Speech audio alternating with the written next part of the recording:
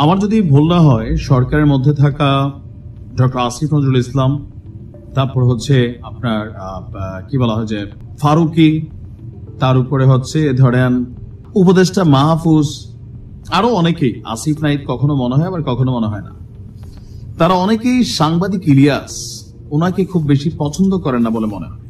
কেন মনে হয়? আবার পিনাকিরেও যে পছন্দ করেন তাও না।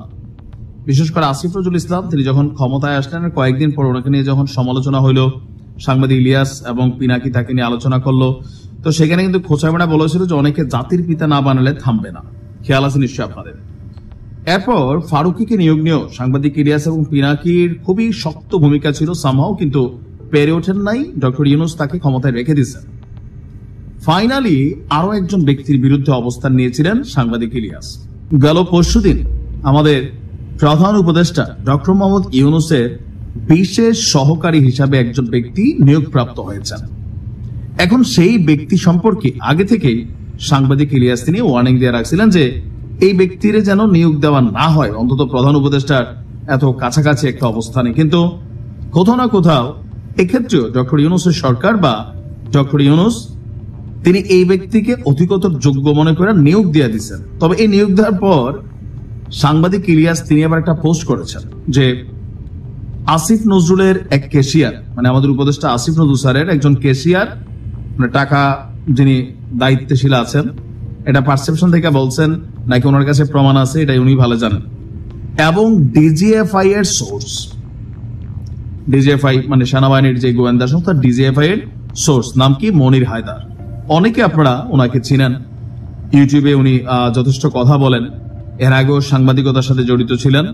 ইভেন আওয়ামী লীগ সরকারের বিরুদ্ধে খুবই শক্ত বক্তব্য তিনি সবসময় দিতেন। তো সেই মনির হায়দারকে নিয়ে সাংবাদিক ইলিয়াস লিখছিল যে তাকে সরকার যেন নিয়োগ না দেয়, কিন্তু ফাইনালি নিয়োগ দিয়ে দিচ্ছে। পরে লিখছেন মারহাবা। এখন কেন মনির হায়দার? একটা জিনিস আছে কি, 5ই আগস্টের পরে অনলাইনে যারা কিং, মানে আওয়ামী লীগ সরকারের বিরুদ্ধে যে মতামত, গণমত তৈরি বা ধরেন যার যার জায়গা থেকে প্ল্যাটফর্মে কাজ করছে, তাদের মধ্যে অনেকের মধ্যে এখন বিভাজন হয়ে গেছে, একে অন্যের বিরুদ্ধে কথাও বলছেন, হেয় প্রতিপন্ন করছেন।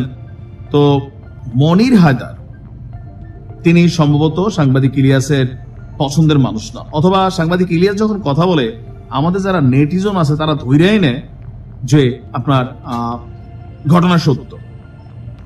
তিনি আবার আরেক জায়গার মধ্যে একটা পোস্ট করছেন, এটা তার অরিজিনাল আইডি কিনাও জানি না, যে এটাও ভারতের রয়ের প্রেসক্রিপশনে এটা হয়েছে।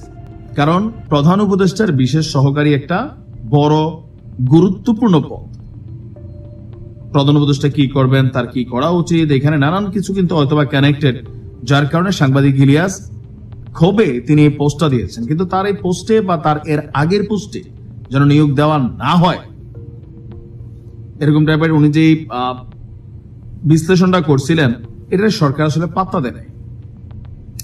তবে অনলাইনে একটা সরকার চলছে এই দেশে, ইলিয়াস পিনাকি সরকার, আর বাংলাদেশে আরেকটা সরকার চলতেছে, ডক্টর ইউনূসের সরকার।